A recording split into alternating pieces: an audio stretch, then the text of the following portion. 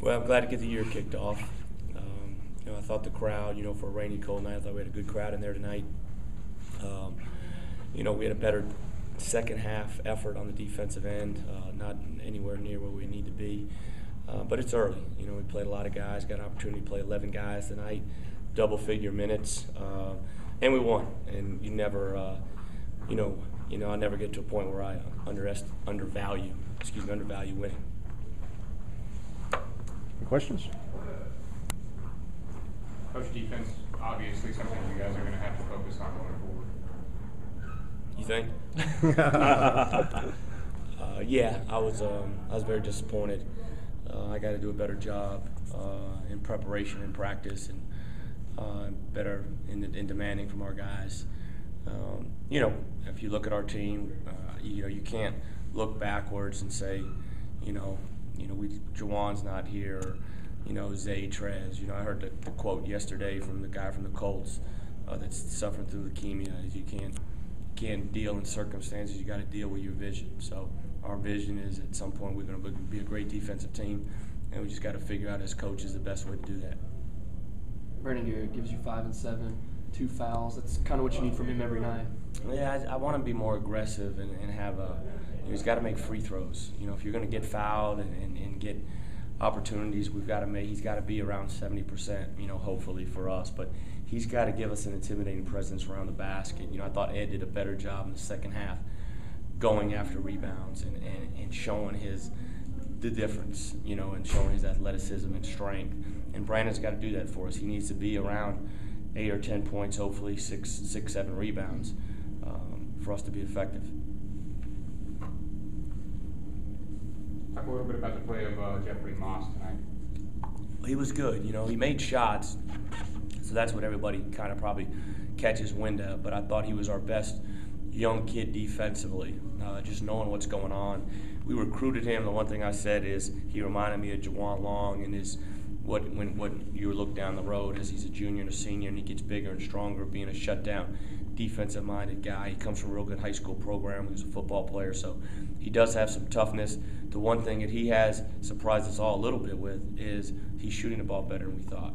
And that's great because hopefully he can continue that and get some confidence. And, he's going to push people to, for minutes if he can continue to play like that. How would you evaluate the other freshmen tonight? I got to look at the tape and see. Obviously Jeffrey probably did the best when you look at just the stat sheet. But I think Teron Gilmore did some good things with his activity. You just got to continue to understand what we're doing and learn what we're doing. Tyler Rembo did some good things at times. He's just got to understand shot selection. And then Eric McCree, Zay, and CJ, there's some things that, CJ's been thrown in a tough position right now. He's playing the point as a freshman. Extended minutes tonight. So he's just got to continue to learn, and Eric's got to get, a little more focus on the defensive end. And then Zay, he played 10 minutes, had two or 3 rebounds, and got to the free throw line. So, but, Moss probably stood out just because of the points you look at right away.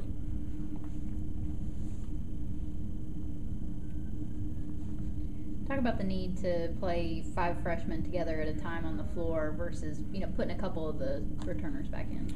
Well, if you're going to play them all together in a regular season game, I don't know if that will ever come to fold, or however you should say that. But when I was trying to sub tonight to get everybody in there, it was kind of the only way you had to do it, is you kind of pulled people out.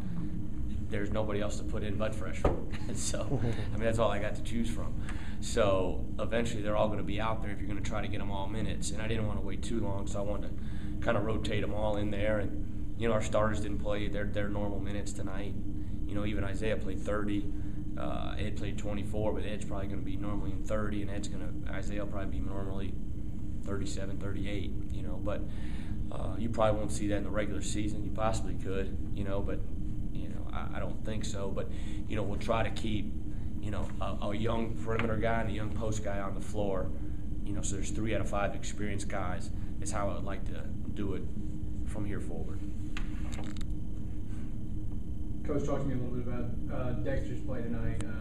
This is the first action he's seen with the team. Talk to me a little bit about how his game is coming along and where you think he'll go from here. You know, Dexter, you know, he didn't shoot it great tonight, you know, and he's going to have some rust, you know. I know he can shoot the ball well.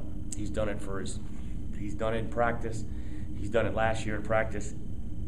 He did it at UAB in high-level games, VCU, NCAA tournament. I mean, I'm missing a ton, but he's done it at a high-level game, so he can do it.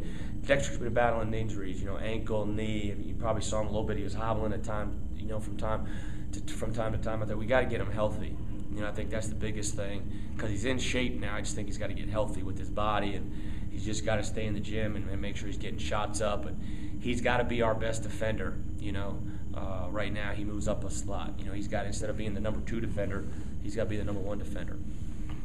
You mentioned ankle, knee. Just talking strains, I guess, or something like that, or he wouldn't have been playing. Yeah, strains and sprains, nothing serious. Just, you know, twisted ankle. You know, bruised knee, you know, different things like that.